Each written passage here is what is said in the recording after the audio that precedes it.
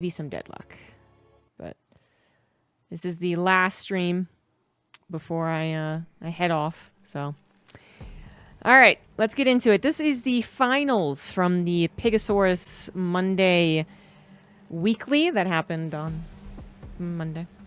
It's going to be on Air Home. Let's start things off between this guy in the top right, Solar, and in the bottom left, MaxPax.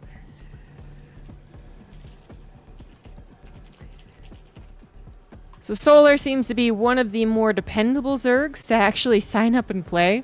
It's honestly a, it's the opposite of an epidemic, where there's nothing instead of everything. It's whatever that is. It's a drought. There you go. It's a drought of Zerg players, and Solar is sort of stepping up, while some of our other Zerg players, well, frankly, just don't seem to really want to be playing a lot of the weekly tournaments. They might appear for some of the bigger tournaments. They might appear for stuff that they're invited to. Some of them are actually simply waiting for something really big to be announced. But whatever the reason, we just don't have a lot of Zergs, so we do try and catch them while we can. And that Zerg is often Solar. On the other hand, Protoss, a dime a dozen, but this guy is a little bit rarer. MaxPax is a rare breed, not just for his amazing Protoss play, which really is some of the best, but we all know because he never shows his face. We have been blessed with the voice, and we know what he sounds like. But even that, you kind of have to dig a little bit for it. And then that's all we know. That has not stopped him from dominating the online tournaments. I'm going to stop him from going to offline tournaments, but online he still does very well. I do believe that there is a stronger chance every time there is an offline tournament for MaxPax to actually arrive. And I know that sounds like, you know, nothing, because the stronger chance is still not him going. But as far as I understand it, last EWC, he was really, really quite conflicted. Not a easy answer like many of the tournaments beforehand, knowing that it was, you know, this humongous prize pool, that he would have had a really good shot at it, and that it might have been the last offline StarCraft 2 tournament, right? At the end of the day, he's still stuck with what he does, which is not appear offline, but I mean, given more time and more potential lasts, I suppose, it's going to be the last, you know, tournament every single time now for StarCraft, if any of them get announced. I think that he will eventually actually appear. You know, it's speculation, pure speculation, but there's some things maybe with his family and the fact that he was young, but now I think he's 19 maybe now, actually. And, you know, obviously just as he grows older, he'll make more of his individual decisions, so shall we say. Anyway, so just covering the introductions of the both players, but we do have some stuff going on here. MaxPax, pretty typical PvZ. He has his unique approach to PvP, and then PvT, it's not incredibly unique, but he obviously does vastly prefer the 3 gates opener in that matchup, which is a little different from some other Protosses who might more often go 2 gates or even more often into a Stargate in that matchup, what have you. But for the Zerg matchup, pretty sure MaxPax he's just doing a lot of the same things everyone else is, but doing it better. Not having his terribly unique approach to this matchup, unlike the certainly PvP is very unique and PvT is a little unique. So that means oracles and adept pressure, right? But he is better than a lot of other people with it. You know, there's I don't know if there's a lot of people comparing his adept control to Neeb, but that's one of those things that can actually stand out, particularly to the Zerg players that are playing against it. And they will not quite be able to describe exactly what makes someone better or worse against adepts necessarily, or with adepts rather, but Neeb was top tier. Neeb was like the best with adepts. And MaxPax can be pretty damn good himself. I mean, it's kind of a tempting from any Protoss, the old razzle dazzle. Either I'm going to hit you with the Oracle or the Adepts, or maybe only the Oracles, or maybe only the Adepts. Kind of keeping the Zerg on their toes, and whether or not the Zerg should try and run by this 3rd base, for instance, which would be completely defenseless. But if you don't time it right, second Oracle pops out, doesn't really work, right? And the Adept Oracle harassment seems to be getting some success. 3 drones. Not quite what you want for the 2. Adept Sacrifice. Which, this Adept will be, definitely dead. 2 Oracles still alive is far more important, of course. So the 2 Adepts. Sorry, ladies. It's kind of what happens to you. Not the best trade, but far better to keep these oracles alive. One did get severely injured. And the only adept left is the one that was basically dead at 2 hit points. So not the strongest wall you're ever asking for, but Solar's not dedicating really to any type of aggression. He does find an opportunity at the third. Well, the oracles, I believe, they kind of went to the natural instead. This is maybe the reinforcing oracle. Yes, it will help out, though, perfectly. The 2 oracles that were on the map are still on the map, grabbing 3 more drones. But what did we miss here? We are seeing lings and queens in action. This oracle is going to miss the queens. Now, that is a hefty number of lings, so you are aware that they're trying to do something. That sounds very vague, but still, like, they are actually putting money into trying to do something to you, so you do have to take this seriously.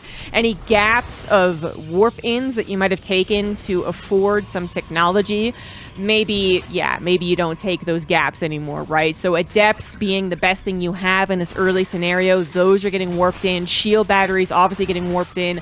Like, the queens did reveal themselves shortly before this. Obviously, they're very slow, so they're not, you know... They're maybe not the most helpful in the beginning, but they're there for the oracles in particular. Unfortunately, it looks like 3 queens, without being able to transfuse off a crit, will not take care of all 3 oracles, just the one. And actually, Solar is just going to tap out after that. So he was building drones, basically from the moment that I noticed the queens moving. But I guess he still committed a decent amount to this and had lost 7 drones behind it. I mean, 65 lings were produced. It almost doesn't feel like that was that many. You know? That was like...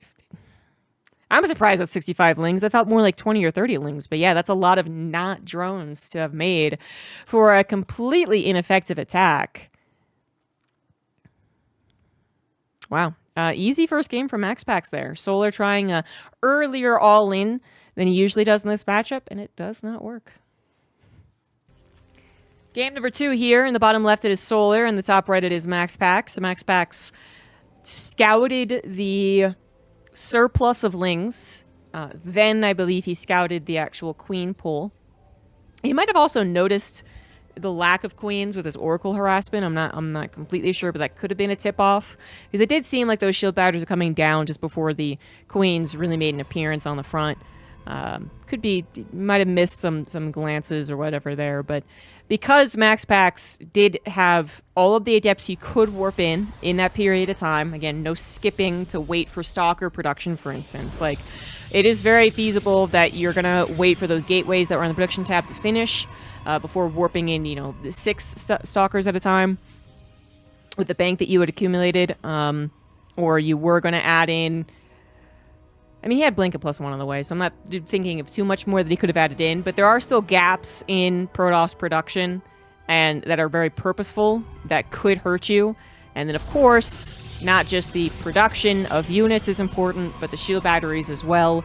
If it was only, what was it, like 4 adepts and 3 oracles without the shield batteries, it could have been very different. The queens might have actually been able to tear down 2 oracles, so with the last one out of juice, and the recharge, does it go to the shield battery that you do have?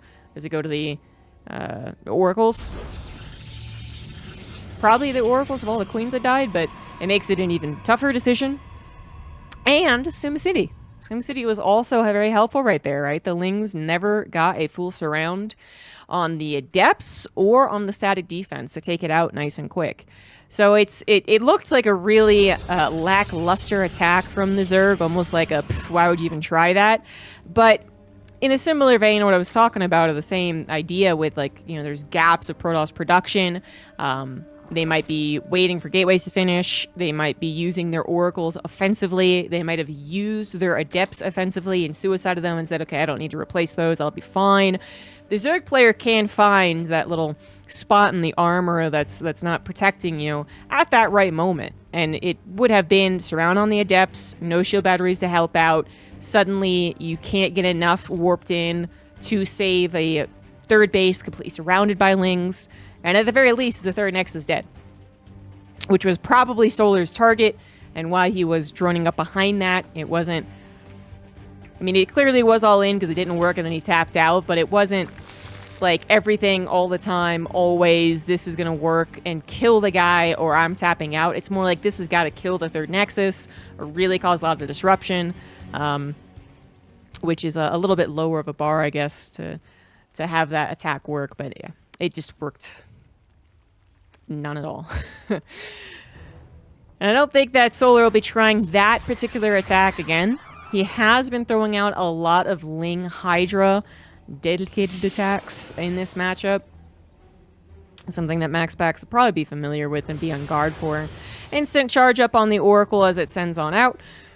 He did also, kind of important to note, like he did grab 3 Oracles last game. He was even grabbing a 4th when he realized the attack was on its way. So that 3rd Oracle doesn't always appear in this matchup. Sometimes they do stop at 2. We saw a lot of Showtime games where he stopped at 2 Oracles. And that could be a big difference as well. It also was 3 Oracles, I believe, before the Twilight Council and the Forge. That's also something that you can play around with in that Blink timing in particular. Not saying that having Blink would have been better than the situation MaxPax was in. It's just, it is a little bit of a change up, but it might have meant that the Oracles had more energy. But past that last game. Oracle number 1, already out trying to look for some damage. Gonna find drone, and I think it killed a larva as well is what happened. Second Oracle gonna swoop into the naturals. 4 crawling out ready. Queen does arrive, and the 2 queens poking out at the Oracle can't really stay a whole lot. So that is in total 3 drones killed, 4 lings as well. And we do have, let's see, 12 lings on the field. Yeah, I mean, you kind of have to, it feels like, at least test the waters as the Zerg player on the counter-attack once they use their Oracles offensively like this. Kind of hope that they don't have the Adepts back at home, or at least well-positioned, because if this Adept isn't in a good position, they can get surrounded and killed. But that's not enough lings to really do anything. So not going to find any weakness on MaxPax's side of the map. Shoring up the defenses at home is Solar's best bet to having an improved early and mid-game. And I mean, so far he hasn't taken the same amount of damage, but it is starting to add up here. In fact, did we just get there? Okay, we're going to lose an Oracle, though, so there's a difference anyway. And we got to 6 drones, not 7. Yeah, the Oracle did die. A little late on the Forge this time around, but we do have that Blink already on the way. These are actual... I had to check. It's like, why do we have 2 Zealots in the main? I guess Lings did get in, is what happened. They got a scout. Not usual that you'd be bothering to build Zealots there. So I think that's must be what happened, yeah. Blink is on the way, of course. So, you know, the Zealots usually are waiting to be warped in. Or if it is a Ling-based attack, well, then Zealots would be fine. Shield battery is up in the 3rd base, not because MaxPax sees anything in particular. It's just wise defensive play as he waits for his more important upgrades. That Blink really did come out much faster than the Forge this time. And we're getting a bunch of Chronos on Blink as well. So we are going to have Blink available fairly quickly. Ling's just not going to be effective. I mean, MaxPax is really making sure that he doesn't make any silly mistakes with these positions that he's taken. The Adept near the pylon and the mineral line was beautiful. The Stalkers, they could have waited around this part of the Nexus and still not been fully surrounded. But it still wouldn't be as good as what they were actually doing, which was waiting in the far back, where the Lings really would not be able to touch them. And that just means he doesn't make any silly mistakes, you know? I think it feels worse than starting to get your groove going, starting to warp in, and then the Stalkers all get surrounded by a handful of Lings. And that's something that wouldn't work in 30 seconds, but it worked, you know, right there, right? And I was saying that, you know, with that Blink being chronoed and the Stalkers being produced, we could have a little bit of aggression, and that's exactly what this is. Now, the protection are the Oracles. So the gateway units we're seeing right here, they're not going to hold up to literally everything, especially with Hydras on the way. The Oracles are the savior, either against the Lings with their Pulsar Beam or with the Stasis Traps. And the Stasis Traps are almost all gone. We got more Stalkers reinforcing, but there's no Warp Prism, and Hydras do definitely pack a punch. They now have their range as well, something that was missing a little bit earlier. But they don't have any Lings on the front line, so it's kind of a glass cannon situation for the Hydras, and while Stalkers aren't really called glass cannon, something akin to glass cannon, I suppose. The point is, you don't usually want both of these guys on the forefront unless your blinking is good, which MaxPax is good, and your Stalker number is appropriate. And that's really what we're getting to right now. Who gets the more appropriate number of these important units? The stalker number is continuing to grow. None died, actually. They got super, super low, but none of the stalkers died. Solar, though, setting up a little bit of a trap here. Very nicely done. Gets all of the oracles killed. Stasis trap not that effective. And now the lings around on the stalkers blinking backwards. MaxPax might have been overly aggressive, but good. Kudos to Solar. Kudos to Solar. I mean, the oracles were so busy trying to get stasis traps to help the stalkers retreat and or dying that they weren't really doing a lot of scouting on what could be a surround, and that's exactly what happened. The surround came in and the retreat was ineffective. Charge not yet down. These zealots looking a little silly. High Templar does have Storm, however, and that Storm could be MaxPax's savior. Shield batteries and cannons also prepared at that third base. The Hydras without that ling fodder on the front lines. This is MaxPax's chance to try and recover, but the Storms are now gone. Only an Archon left over. Another Archon not going to be available anytime soon. MaxPax on the ropes. The shield batteries out of juice. Well, the front one is. This one isn't, but he's not running back to it. It does look like the Hydras have won out this particular tug of war. MaxPax's supply just not quite good enough to handle this. Just seconds away from having that important charge and maybe one or two more storms as well if he wasn't under so much pressure. Could have been a huge difference, but it started with that surround. Solar set it up really nicely, and MaxPax did not get his eyes on it in time. Just, yeah, getting those Hydras on here, sure, but then coming in all the way back here. Like, they went all the way back here. Yeah, to get that, that kerfuffle with the Stalkers and the Lings. Nicely done by Solar, so that's tied up 1-1. Now all tied up in this best of 5. 1-1 in the bottom left of El Dorado. We do have Solar. And in the bottom right, it is MaxPax. So MaxPax, he gets a little aggressive with the Stalkers. He starts to build up this little snowball, and then it becomes a tug of war. Can you get enough Lings to protect the Hydras? I guess could kind of boil it down to a little bit of a conservation game, like how many Stalkers do you save versus how many Hydras do you save to, again, get to that cumulative number that really wins the tug of war. And with the Hydras, you do need those Lings on the front, usually. Stalkers, they can kind of do a little bit better of a job being on their lonesome, thanks to the blink. But only if you can blink successfully. Retreat successfully. And that's what Solar was cutting off. If Solar did not go for that surround, or it was ineffective thanks to a scout or a really good stasis trap, then it's going to be a lot harder for Solar to finish that game. A lot harder. So many more Stalkers would have been alive. Many of them would have been healthier. And because of that, we would have had probably a little more chance to get, you know, even better storms perhaps, but maybe again another storm, not just the one High Templar with the energy. And at that point, I think MaxPax probably does hold. He's got a couple of shield batteries, he's got the cannons, he has access to the storms. He would have had, you know, 20 Stalkers still alive instead of the measly 8s or whatever it was. That's exactly what Solar needed to do, and he knew he needed to do it, and by God, he did it. He got the surround. The Stalkers blinked into just more Lings, not ideal. And, just always a bit frustrating of a loss. It's not that MaxPax didn't realize that was a possibility, or that he didn't realize Solar was going to be intense on just producing Ling Hydra, which is really something he's been doing a lot of. You know it, but you still got to kind of play this control game that MaxPax was doing. You still kind of have to be a little aggressive, a little bit on the forefront. You do kind of want to match the push as it comes with those Stalkers. And then you get surrounded. It is the one thing you're meant not to do, but it's easier said than done. Another Stargate opener for MaxPax. Yeah, I want to say we're going to see a Twilight Council opener once. Or follow-up Twilight Council for Resonating Glaives, perhaps, or maybe just a faster blink attack. He already kind of expedited the last game's blink attack with that faster Twilight Council and more than a couple of chronos into the blink. But we're still not talking about the Forgeless third base, 3-base Blink Stalker attack that does exist. You can change things up a little bit, right? But it does look like we're not going to change it up too much. He is not Neeb, after all. I was talking about, you know, when it comes to these macro Protosses, what can they kind of shine with? And Neebs was his adept usage, is what a lot of people talked about.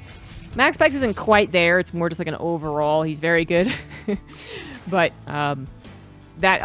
with that, I then would not be as inclined to say, okay, he's going to go for Resonant Enclaves. Neeb would 100% throw that in. But we do have a Void Ray on the way. And so this Void Ray is going to just cloud the intentions of the Protoss from the Zerg player. Because it's going to kill the Overlords, so it's literally going to take away any eyes. But then the Zerg player really doesn't know if this is just to kill the Overlords, because that's a couple of freebies, perhaps. Just one in this case, but sometimes it's two.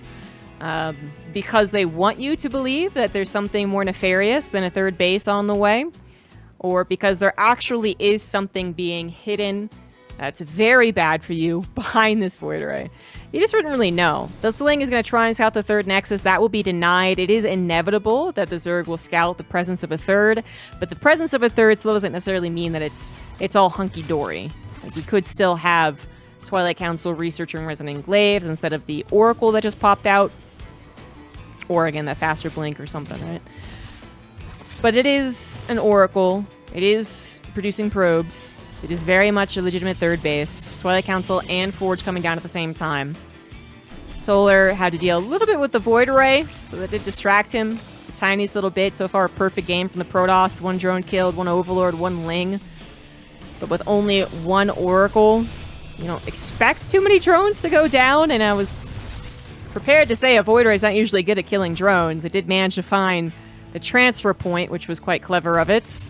But MaxPax trying to continue to be a little clever because to go back in on the transfer line. Queens were still there. Queens were waiting. Loses the Oracle. And that Oracle is definitely more important than the Void Ray. The Void Ray doesn't even pack a punch. I mean, if this was mass roaches the plan, which we are going to get roaches to be fair, but yeah, one Void Ray still doesn't make that much difference, I guess. But it's so immobile. It's so easily killed by any Hydras we might have. I mean, the Oracle is just going to be better, and so that's why we're replacing the Oracle. Got Stasis Traps, which MaxPax is pretty good about actually setting down. And we got the Scouting that is far more effective with a speedier Oracle than the slow Void Ray, but my god, this Void Ray is really trying to prove me wrong. It's like, I'm a Void Ray, and I'm damn proud of it. Stop making fun of me. Okay. 5 drones killed. Denying the drones from the gold already is pretty nice. And, you know, it's not energy-based, so it can just sit here and stop the drones from mining that out.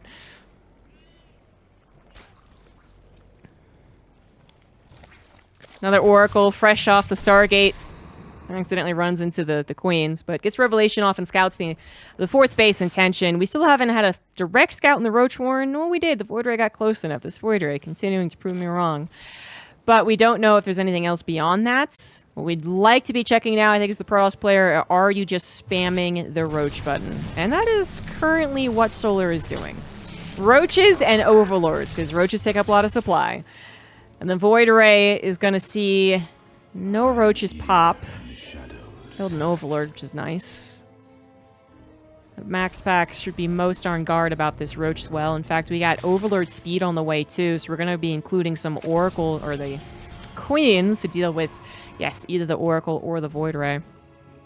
+1 will be done, Blink will be done, Charge will be on the way. Maybe, actually, he might not research it. Just trying to gather all of his resources for the eventual Colossus. Okay, he is going to grab both +2 and Charge. So this is going to be on the way. I don't think it'll be finished for this attack, because it is almost ready to go. Everything is lining up right now for Solar. MaxPax is going to, in fact, push into the creep, which could be quite dangerous. Void Ray checks back into the main. You know, it's certainly not seeing a hive. You can kind of tell it's researching, I guess. It's actually kind of hard. It's almost always wiggling and jiggling.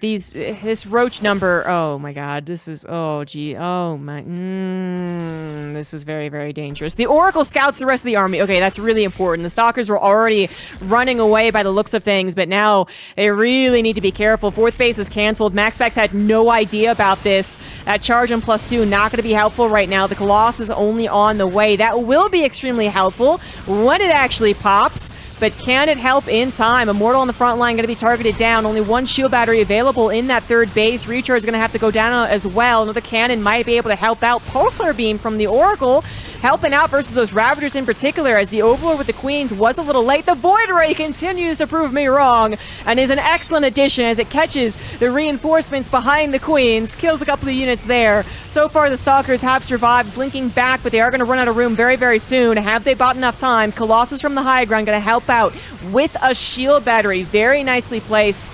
And I think with just another wave of reinforcements, MaxPax has a good chance to defend here. I know the supplies look very much like I'm wrong, but that is the nature of PvZ. The Stalkers being cornered is still a concern, but they're actually kind of winning this particular tiny war there.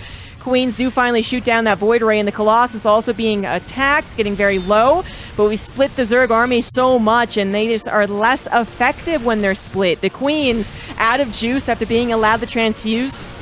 Not particularly helpful as far as the DPS goes. The Colossus still helping out from above. Second Colossus joins in. The Stalker numbers are getting quite low. That might have been an overly aggressive blink there. No shield battery to help out. Roach is continuing to reinforce. And this is it for the Stalker number, man. He's not reinforced that number. The Colossus almost going down. Recharge on the shield battery will save the Colossus. The third Nexus is still alive, but the probes are going to have to be pulled. Solar continuing to spam as many units out here as possible. Charge is finally done. +2 is finally done. And we do have a very small number of Stalkers still alive, finally getting the reinforcements as well. MaxPax, woo, barely holding on here. Only lost 3 probes, by the way, despite having to pull them. Solar did prepare somewhat of a transition, even though he's been trying to send as many reinforcements over as possible. He did grab an infestation pit. He did grab a hive. But I'm afraid that actually might not be good enough. He did not kill the third Nexus. He did not kill 30 probes. He did not kill all of the Protoss army. If he had done any of those things, I'd give him a much stronger chance to recover. But having done none of those things, I don't know, guys. Solar has spent a lot of his economy building to that Roach all-in. He did further improve his economy, I believe, in the last couple of minutes, as well as his technology. But to get all of this technology and all of the economy that you'll need for a sustained, longer PvZ, as well as making sure you don't die to a counterattack, this is difficult for Solar. MaxPax needs to be careful, of course. You don't know exactly how much they've spent in reinforcing, so you can't just run across the map and win. That was never MaxPax's intention without the rest of his army, but he did want to poke a little bit and see what was going on. His 4th base is on the way, and as long as he does keep this army alive, he should be able to defend it. High Templars will eventually make an appearance as well, because we do need some feedbacks for the incoming Vipers. I do like this jump to 1 Viper. This is what the Hive has given him so far, but 1 Viper could still make a big difference, so grabbing 1, even 2 Colossus. Warp Prism not available as it is in the main base. Instead, MaxPax. With that, again, probably not going to push the issue too much on the front. The Zealots, though, they're getting some damage done. They're also getting some scouting done, as well as distractions, so that MaxPax feels a little safer with the army on the front lines, continuing to clear up that creep and pressure Solar, so he never feels comfortable enough to bust out, 15 drones, which he will eventually need. Right now, he needs army, and he's barely able to get that now on 62 drones, guys. But he also needs economy. This is a no-win situation for Solar right now, as MaxPax refuses to play the coward Protoss. He didn't just stay at home the entire time and let Solar make those risky decisions like droning first, building army second, even grabs the Viper without the High Templar. Oh, yeah. And with the supplies even, that is not a good sign for a Zerg player. The Protoss does have some pretty good upgrades, but maybe not enough of an army. We do have just a quantity issue going down right now as Solar finds an advantage and is going to push it, grabs 1 Colossus, going to grab the Immortal, but he is losing economy back at home, and that push will not be good enough. He knows it. MaxPax would always survive back near a base, near shield batteries, near reinforcements, so Solar does tap out. MaxPax takes the lead 2-1. In the top left, we do have Solar, and in the bottom right, now a game away from victory, he is MaxPax. And we're on Whispers of Gold. MaxPax with a great hold. Very last-second hold. He really didn't understand the entirety of Solar's game plan. The Oracle going to the north and seeing that army waiting there was such good timing. I really don't know if he pulls back fast enough or in a good enough position to not get surrounded by that army that was waiting to catch him. He was pulling back a little bit just after having cleared the creep spread. But if he hadn't seen that army, does he stay on the edge of creep? Fairly common for them to do that if they don't think there's an army, right? Does he move a little bit more to the south when he retreats as opposed to a little more to the north? You know, does he not get to cancel his nexus? That Oracle Scout was pretty big, and it gave him just a couple extra seconds as well. I mean, this guy literally sees it and is like, okay, definitely run away with the Stalkers, cancel the 4th Nexus, grab shield batteries in the 3rd. Then he even had some foresight to grab a shield battery in the natural, in a place where it would help the Colossus attack from the high ground. Which would be very easy not to remember that, to put it... to either not put anything in the natural or to worry more about like the wall being broken so the shield battery gets put to the left, right? It was very last second, but it was just good enough with Solar's army coming in a little more piecemeal than I think it intended as well, particularly those queens.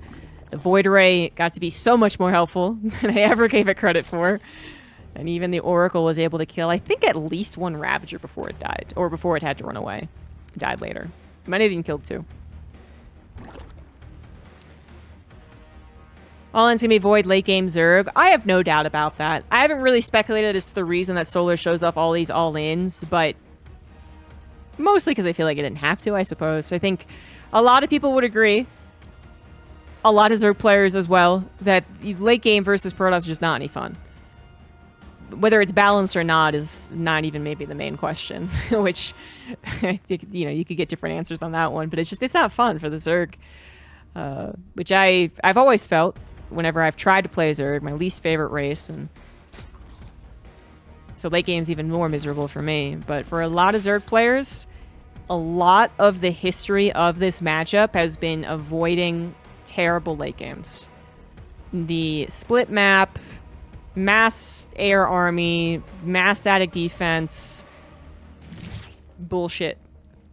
Now that isn't to say that Protoss haven't also had to worry about late game Zerg, because that's definitely the case. Brood Lord Infestor, not just in Wings of Liberty, but at other times, late game Swarm Host and some metas as well, right? Have also been complete headaches. But I think no matter how you slice it, a lot of people would agree that the late game between these two races is some of the most miserable experiences. And the other matchups late games are a little more off and on about being miserable. Sometimes they are, but most of the time they're not. Late game ZVZ can be fun. Late game TVT can be fun. Unless you get some mass battle cruiser in it. I think it's not fun. Late game PvP can even be fun. This matchup, though... Not just my bias talking, I swear to God. It's a huge debate right now amongst the community as to why Zerg players no longer populate the server like they once did. So some have speculated it is the late game Protoss. We got another Oracle opener this time, so no kind of surprise Void Ray, despite that Void Ray being a real baller. It's one of the best Void Rays I've ever seen.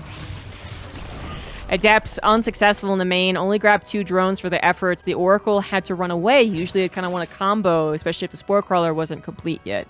But it was already 2 damage to help out.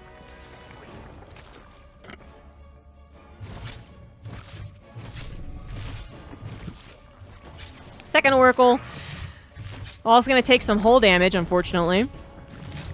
I'm not finding too much more success. This is one of the basic openers of the Protoss. Real bread and butter here. The 2 Oracles into the Twilight Council and Forge, I would say, is the most macro.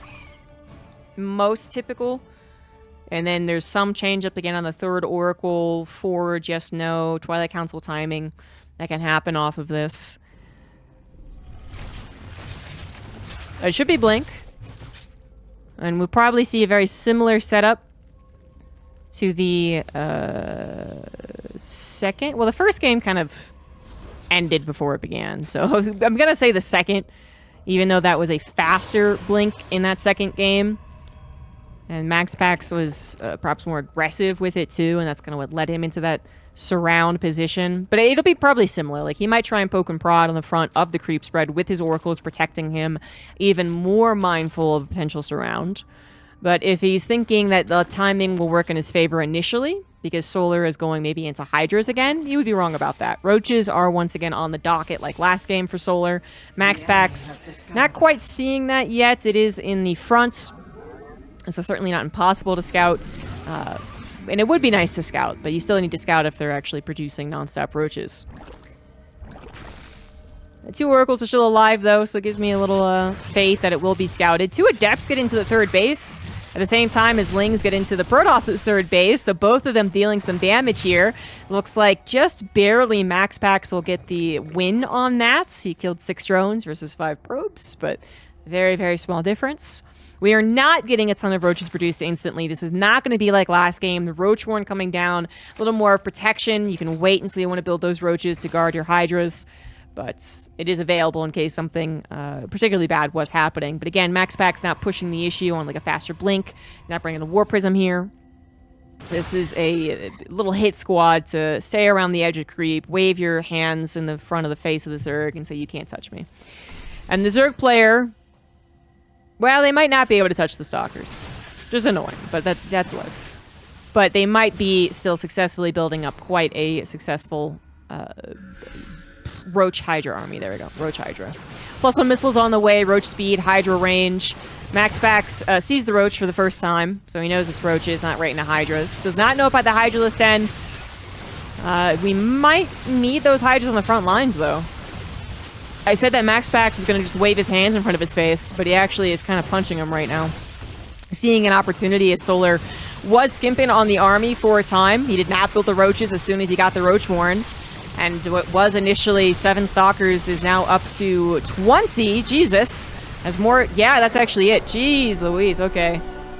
He has 6 gases. He has 6 gases back at home. He was going to go into charge and probably start up +2. He might have just misclicked or whatever. He was going to go into Templars. 4th base, probably eventually. Like, this was not an all-in at all. But Solar was, not prepared for the ever-increasing Stalker number, and that can happen. But a very, very sucky way to lose your last game and lose the series. So that'll be it. MaxPax wins 3-1.